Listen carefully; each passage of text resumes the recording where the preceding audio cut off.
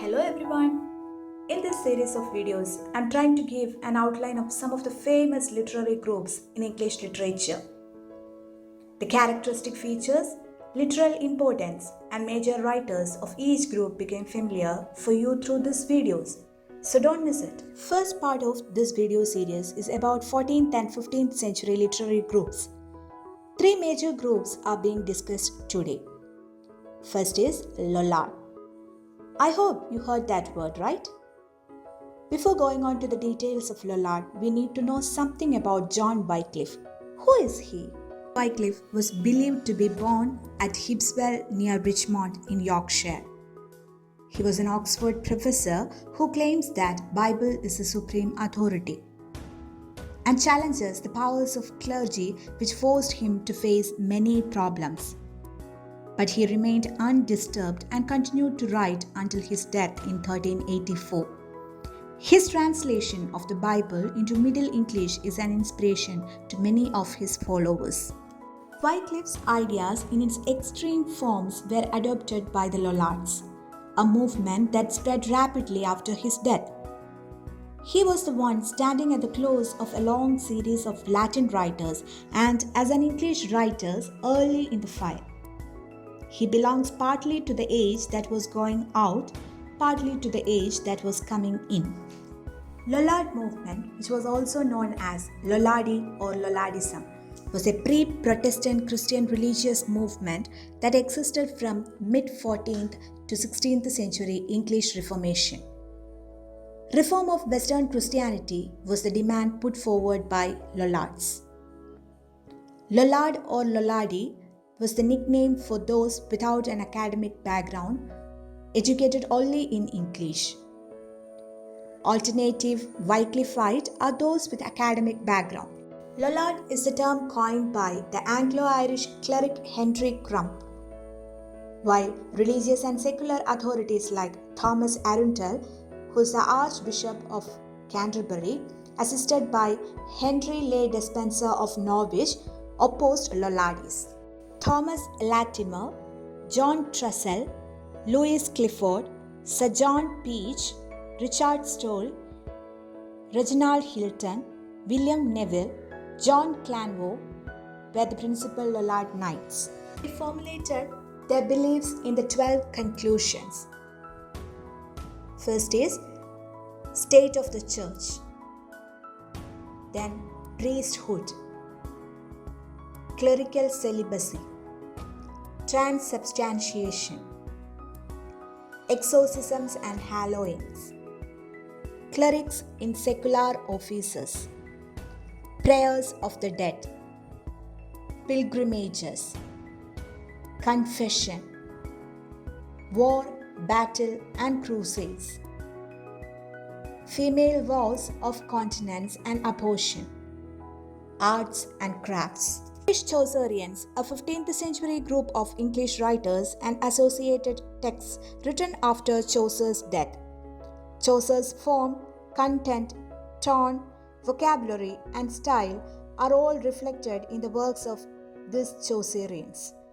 They cite Chaucer directly as their source and inspiration.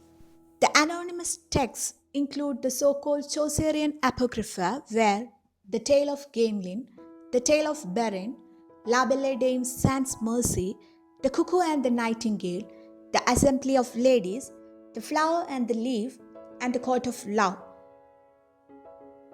These texts include a number of dream visions.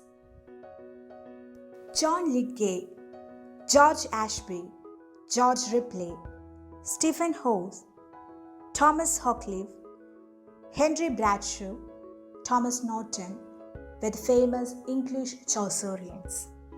John Lydgate, the English poet who studied at Oxford, ranks as one of the most prolific, versatile writers of the Middle Ages. He was a professed disciple of Geoffrey Chaucer. He was associated with Chaucer's own son, Thomas.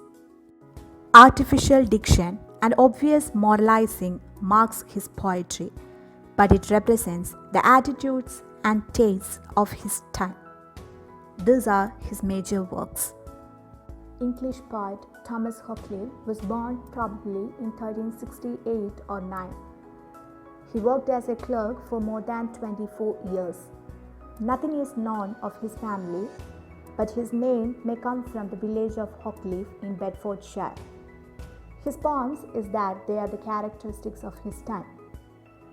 His hymns to the Virgin, ballads to the patrons, complaints to the king and the king's treasure, versified homilies and moral tales with warnings to heretics like Oldcastle are illustrative of the blight that had fallen upon poetry on the death of Chaucer.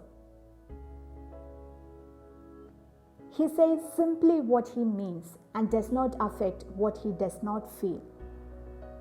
He has at least the negative virtue of knowing the limits of his powers. That's the speciality of Thomas HOCCLEVE. Like his contemporaries, he wrote no allegory.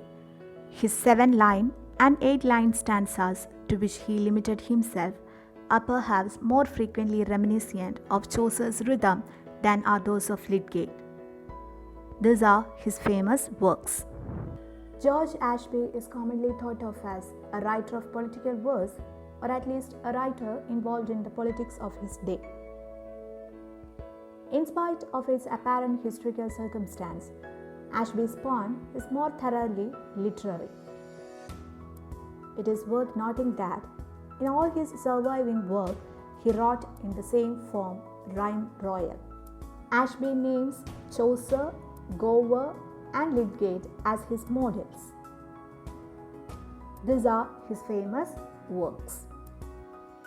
Henry Bradshaw was an English poet and a Benedictine monk born in Chester. He disclaims the merit of originality and quotes the authorities from which he translates. He does not neglect the miraculous elements of the story, but he is more attracted by historical fact than legend. Bradshaw wrote not for a courtly but for an unsophisticated audience, and none of his critics has questioned the sincere pity evident in his work. These are his major works. Sir George Ripley is the best known English alchemist and alchemical author of the late medieval period. A vast amount of Ripley material exists in manuscript, indicating that he was prolific and that his works were widely disseminated and highly regarded. In addition, his writings appeared in printed editions into the 18th century. These are his major works. Thomas Norton was an English poet and alchemist who was the son of Walter Norton, merchant of Bristol and Worcester. Please don't get confused with Thomas Norton, who was associated with Thomas Sacrilege. This Norton is not that Norton. Norton is believed to have studied under one of the most prominent alchemists of his time, George Ripley. The Ordinal of Alchemy was his famous work. Stephen Hawes was a popular English poet during the Tudor period who is now little known. He was probably born in Suffolk. He was educated at Oxford and travelled in England, Scotland, and France. Stephen Hawes' poetry sought to revive the earlier medieval romances and allegorical poems which he much admired. These are his famous works. I hope now you are clear with English Chaucerians. Let's move on to Scottish Chaucerians. The northern writers influenced by Chaucer are generally referred to as the Scottish Chaucerians. Differences can be found between the two groups, particularly in political stance and language use.